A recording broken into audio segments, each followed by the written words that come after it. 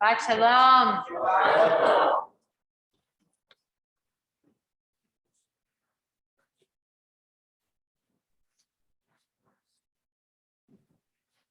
As many of you know, I love to listen to podcasts. And one of the podcasts that I listen to is Israel Story, an Israeli podcast that tells stories from people who represent a large range of experiences in Israeli society. Several months ago, I opened the podcasting app on my phone, and I saw that the next Israel Story episode had a title that I would not have expected from a podcast about Israel: Pigging Out. Of course, Jews have had an extremely long taboo, very strong taboo against eating pig. And Muslims also don't eat pig. And together, that's the majority of who's living in Israel. So it would seem surprising to talk about pigs in relation to Israel. And the Jewish aversion to pigs is a very deep one that includes centuries of persecution in which the Jewish refusal to eat pig became a focal point for anti-Semites who see Jews as foreign. And Jews have faced death rather than being forced to eat pig. But despite the taboo, it turns out that while for some, the pig represents all that is forbidden, unkosher, and even morally reprehensible, for others, it represents freedom from religion and even a secular badge of honor. And incidentally, it also turns out that there are wild boar in Israel. Who knew? As it turns out, there was lots of material for a very full podcast episode all about the pig. Now, the prohibition against eating pig and other animals goes back to today's Torah reading. Today, in Parashat Shmini, we read a whole long list of animals that we are forbidden to eat. The camel, the hare, seafood, birds of prey, most insects, lizards, and more and more and more. There are a variety of theories about the significance of the specific animals designated by the Torah as allowed to be eaten and not allowed to be eaten. Edwin Fromage, an academic who studies biblical laws of holiness, suggests an interesting theory in his article, The Biblical Dietary Laws. In his view, permitted animals are similar to those which may be sacrificed to God. Cows and goats could be offered, and thus animals which could be eaten had to share similar characteristics. And he goes into details about how that kind of applies across the board. At the end of chapter 11 of Vayikra, we're given a partial reason for our commanded selectivity in meat. V'hitem kidoshim ki kadosh ani. You shall be holy because I am holy. Well, if eating kosher food makes us holy like God is holy, then perhaps it can serve as a reminder to us of the really important ways that we can act like God in the ways that we treat one another. Food aside, there is something really important about trying to be like God. I'm reminded of a teaching from the Talmud, from Sota 14a. And in it, the rabbis ask, what does it mean to walk in God's ways? If God, as the rabbis assume, doesn't have a body, how can we walk in God's ways? Well, the answer is we act like God. God clothes the naked. God visits the sick. God comforts mourners. God buries the dead. And so should we. Another explanation of why we refrain from certain animals is that the food that we eat can make a statement about who we are. The medieval rabbi known as Nachmanides understands the list of animals in our parsha as follows. The reason for certain birds being forbidden as food is on account of their cruel nature.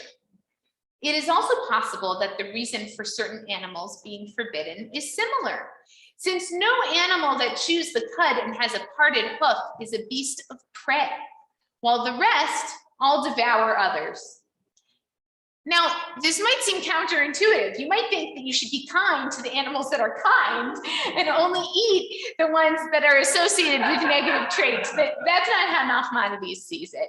In his view, you are what you eat. When you eat an animal, you internalize its qualities. And so you had better be careful to only eat animals that represent certain types of qualities. This explains why we don't eat birds of prey, because we don't want to be aggressive attackers. There are a number of midrashim that seem to build on this idea, offering up depictions of some of the forbidden animals that associate them with negative qualities or behaviors. Rabbi Jonathan Sachs shares a midrash from the Talmud about the da'ah, or the kite, one of the birds listed in our parsha as being forbidden. The da'ah flies around the skies of Babylon, and from there it can see a nivelah, a trait or dead animal, lying on the ground thousands of miles away in the land of Israel. Rabbi Sachs explains that the kite notices dead animals from far away. And he understands this as an analogy to a person who looks far and wide for things to criticize. Even from hundreds of miles away, the kite sees a dead animal in the same way that some of us may notice every error, every problem, no matter how small, and latch onto that. He sees the prohibition against eating the kite as a call for positive thinking and for appreciating the blessings around us. Another midrash centers on the Hasidah, often translated as a stork.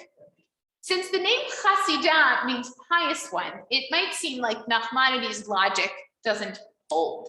And Rashi elaborates, saying that this bird got its name because it deals kindly with its fellows, giving them food. Well, isn't that a good thing? Rabbi Eliyahu Safran explains. He points out that Rashi specifically says that the Hasidah is generous with its own fellows, implying that it isn't generous with anyone else. When kindness is only directed towards people who are similar to us, that, he says, is not truly righteous behavior. When we're only kind towards people who are like us, that's discrimination. This behavior can widen perceived gaps between groups of people and can cause tremendous hurt and resentment, as we all know. To eat the Hasidah, then, would be to symbolically internalize division and discrimination. The anafa, or the heron, is also associated with particular qualities. The Talmud tells us that the heron is hot-tempered. In a play on words, it says the anafa is me'anefet. Anafa, me'anefet means quarrelsome. When we avoid the heron, we remind ourselves of the importance of keeping calm and getting along well with others. If we see forbidden animals as symbolizing behavior that we want to avoid, then steering clear of them is just one way of trying to, like God, behave in a way that is merciful, compassionate, gracious, slow to anger, and abundant in kindness and truth. Now, of course, this type of explanation could probably be found for any animal. It's always possible to come up with some sort of trait or play on words or some sort of something about an animal and create a story about why that animal is worth emulating or not. In other words, none of these interpretations actually explains anything about why these animals are forbidden. They're certainly not historical. But given that we know those animals are forbidden, these midrashim try to help us imbue our food choices with added significance. They help us make dietary restriction into another opportunity to reflect on who we are and who we want to be. And by the way, I think that's a huge part of ritual. It may start out as being done for one reason, and then it transforms into having so much extra significance. And that significance is real to us, even if it's not the reason we started doing it in the first place. The experience of eating is so much more than simply nutrition. When we eat, we are connecting to cultural traditions, to personal memories, to ideas and feelings that we have about food, and to messages that we've internalized about food. Food can be an emotional experience, and it can also be a religious one. By the way, many of you know that I'm a vegetarian. So the idea of the symbolism of specific animals that we eat may seem somewhat irrelevant for me, but I love the idea that food, whatever types of food we eat, we can use our food choices to help remind us of the types of behavior we would like to emulate, to embody, rather. May the food that we eat bring us closer to God, not only by following the laws of kashrut, but by serving as a reminder to act like God and to take on God's charitable and other positive qualities. Shabbat shalom.